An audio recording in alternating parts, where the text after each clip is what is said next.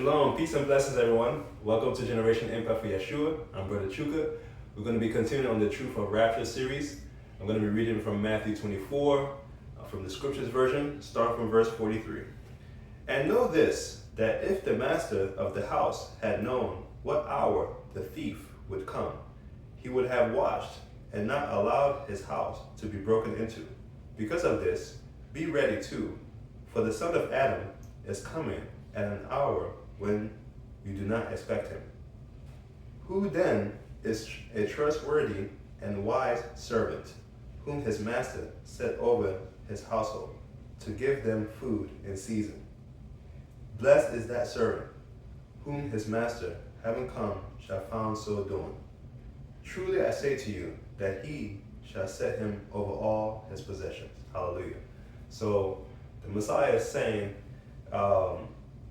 if the owner of the house, is aware when the thief will come, okay, he would definitely plan,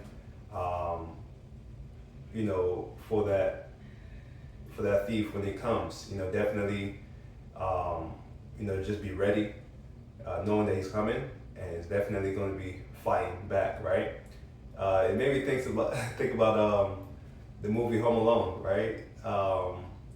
Most of us have seen that movie. He knew what time the thieves were actually coming, and he prepared. He set up traps for these thieves, right?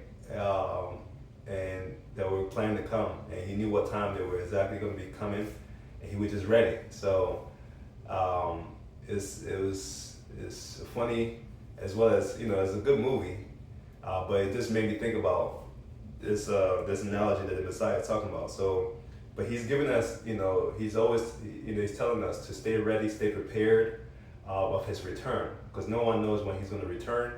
But those who he found ready, will be blessed. Those who he found ready, will have great positions in the kingdom, even here in this earth, as well as the kingdom to come.